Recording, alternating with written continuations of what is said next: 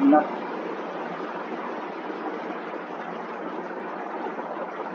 ठीक है, तो ये वो सब्सटेंसेज हैं जो कि बॉडी के टेम्परेचर को कम करने के लिए यूज किया जाता है। इसमें या तो एस्पिरिन यूज किया जाता है या फिर पैरासीटामोल सबसे ज़्यादा यूज होता है। अच्छा, एस्पिरिन का कोई और भी यूज पता है क्या आप लोगों को? एस्पिरिन का एक ब्लड और क्लॉटिंग होता है, उससे यूज, ब्लड, बचाती है। यस वेरी गुड, ये ब्लड क्लोटिंग को बचाने के काम में आता है। और जब हम इसको बुखार उतारने के लिए यूज करते हैं तो ज़्यादा अमाउंट लेते हैं, और जब इसको ब्लड क्लोटिंग से बचाने के लिए लेते हैं तो रेगुलर बेसिस पे कम अमाउंट लिया जाता है। ठीक, तो ये तो हो गए हमारे पास में एनर्जी, मतलब एंटीपायरेटिक। एंटीपायरेटिक के बाद में अब जो नेक्स्ट टाइप की कैटेगरी है, नेक्स्ट टाइप के कंपाउंड है हमारे पास में, they are energetic. It's been on. Next है Yes, it's been energetic. on.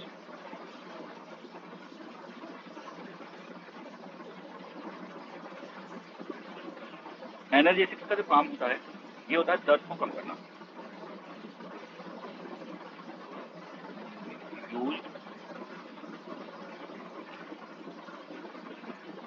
For, कैसे लिखता हूँ, use for relieving, relieving pain, use for relieving pain, दर्द को कम करने के लिए जिन सब्सटेंसेस को हम यूज करते हैं, इन केमिकल्स को हम यूज करते हैं, उनको कहते हैं एनर्जेटिक। एनर्जेटिक्स के अच्छे एग्जाम्पल, एक तो हमारे पास में एस्पिरिन ही है।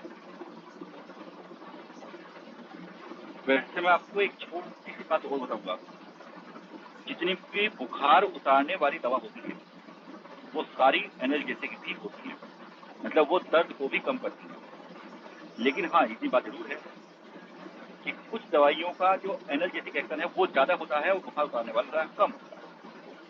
तो एनर्जेटिक एक्शन ज्यादा और एंटीपायरेटिक कम, और कुछ का एंटीपायरेटिक एक्शन ज्यादा और एनर्जेटिक एक्शन कम। इस बेस पे आप इनको अलग अलग करते हैं। समझ में आया मैंने क्या कहा है? एस्पिरिन एक ऐसी दवा है जो कि दोनों जगहों पर यूज किया। एस्पिरिन तो मैंने पहले पढ़ाई दी है, तो बात थी, एस्पिरिन की स्ट्रक्चर भी पहले आपने बना ली है। दूसरी जो यहाँ पर स्ट्रक्चर यूज की जाती है, तो दूसरे जो कंपाउंड यहाँ पर यूज किए जाते हैं वो होते हैं हमारे पास में नार्कोटिक। ये non narcotic medicine, non narcotic medicine, मतलब ये निकला कि अगर आपने एस्पिरिन को या पैरासीटामोल को यूज किया तो इससे नशा नहीं होगा। ये नार्कोटिक्स की कैटेगरी में नहीं आता, इसका नर्वस सिस्टम पर उस तरह का इफेक्ट नहीं है कि हमारे नर्वस सिस्टम के एक्शन को डाउन कर दे, अनकॉन्शियसनेस डेवलप करे। ऐसा एक्शन एस्पिरिन में या पैरासीटामोल में नहीं होता। लेकिन दूसरे जो हमारे पास में दर्द निवारक दवाइयां होती हैं, दर्द को कम करने वाली दवाइयां होती हैं, उनको हम लोग कहते हैं बेटा नार्कोटिक।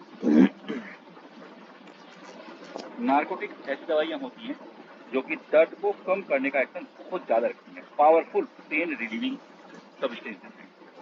लेकिन ये नार्कोटिक्स की कैटेगरी में भी आती हैं, और नार्कोटिक्स की कैटेगरी का मतलब होता है कि क्रिएट स्लीपनेस एंड अनकॉन्शियसनेस। तो यहाँ पर ये सेंटेंस लिखना बेटा, create sleepy, create sleep and unconscious.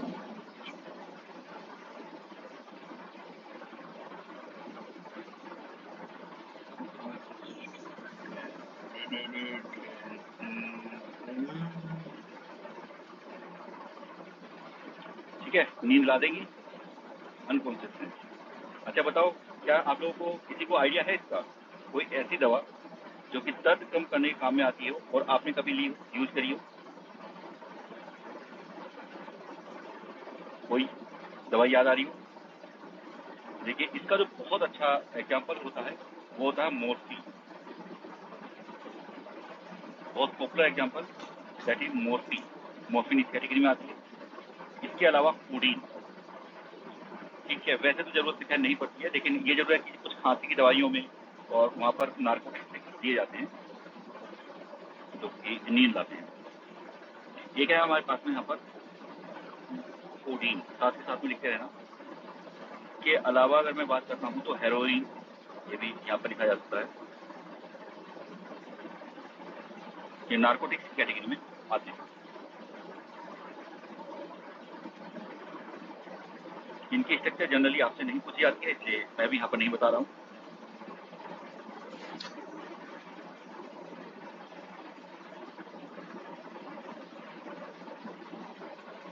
ठीक है, यहाँ तक नोट कर लिया भाई? यस। चलिए आगे बढ़ते हैं। और अगर मैं यहाँ पर बात करूँ तो अब मेरे पास में यहाँ पर है अगले टाइप के कंपाउंड, जिनको हम लोग कहते हैं एंटीबायोटिक। अब तो आप लोगों को खैर आइडिया होता हुआ चला जाएगा। नेक्स्ट टाइप के कंपाउंड है जिनको हम लोग कहते हैं एंटीबायोटिक। एंटीबायोटिक्स का सीधा मतलब है कि ये एंटी बैक्टीरियल मेडिसिन होती हैं, एंटी बैक्टीरियल मेडिसिन होती हैं, और या एंटी फंगल मेडिसिन होती हैं, या फिर कुछ मोल्ड्स के अगेंस्ट काम करती हैं। तो इनको मैं कह सकता हूँ यहाँ पर यूज्ड, इसको लिख सकते हैं both of micron used to stop growth of microorganism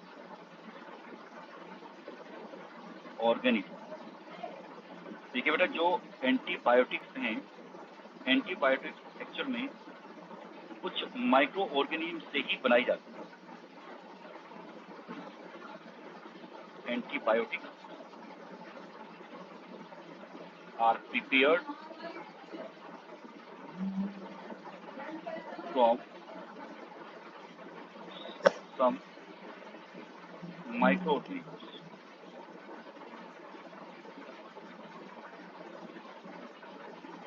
micro organism की हेल्प से ही आप इसको बनाएंगे भी, और जो जो ऐसे माइक्रो ऑर्गेनिज्म जिनकी हेल्प से आप इसको बनाते हो उसमें बैक्टीरिया, या इवन अगर मैं बात करूँ तो यहाँ पर फंगस हो सकता है, फंजाई हो सकता है। और एक और कैटेगरी आप लोग जानते हैं वो होती है मोल्ड्स। तो यहाँ पर दूसरा सेंटेंस मैंने यहाँ पे लिखा है कि ये इन्हीं से ही बनाई भी जाएगी।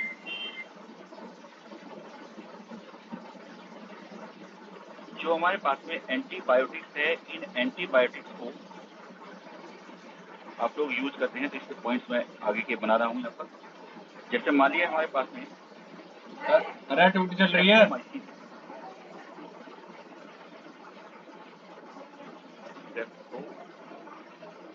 माइसिन है। स्ट्रेप्टोमाइसिन यूज की जाती है ट्यूबरक्लोसिस के लिए। साथ के साथ नोट करते चलेंगे, ये ट्यूबरक्लोसिस के लिए यूज की जाती है। वैसे ही एक और हमारे पास में यहाँ पर है, उसे कहते हैं क्लोरामफेनिकोल।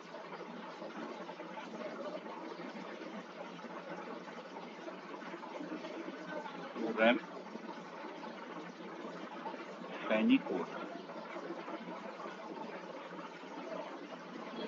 ये यूज की जाती है एक बुखार के लिए, एंड दैट इज टाइफाइड।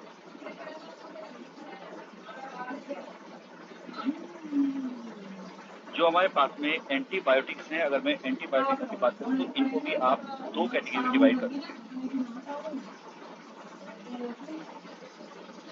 हैं। एंटीबायोटिक्स इनको हम दो कैटेगरी में डिवाइड कर सकते हैं। ये दो तरह की होती हैं।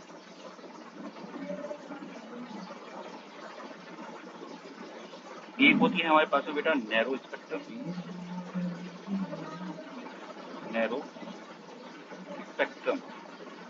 एंटीबायोटिक्स, और एक होती है हमारे पास में यहाँ पर ब्रॉड स्पेक्ट्रम एंटीबायोटिक्स।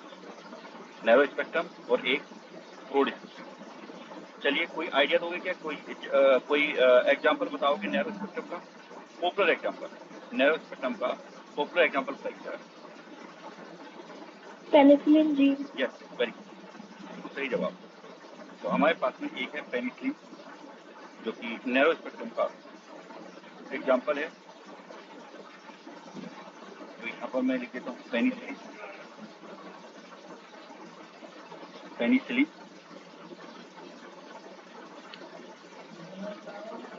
पेनिसिलिन कहाँ पर यूज की जाती है?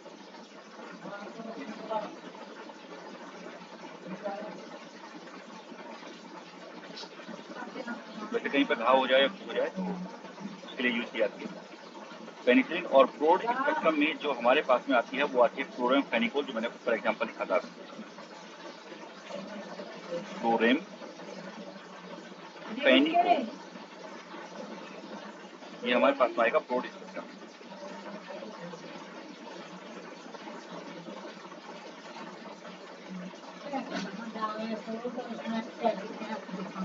ये वो एग्जांपल मैं लिख दिया जो कि आप लोगों से सबसे ज्यादा पूछे जाते हैं, वो एग्जांपल मैंने यहाँ पे लिख दिया,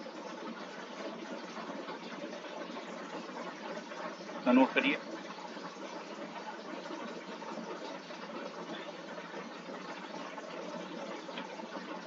एक मिनट के लिए जरा मेरा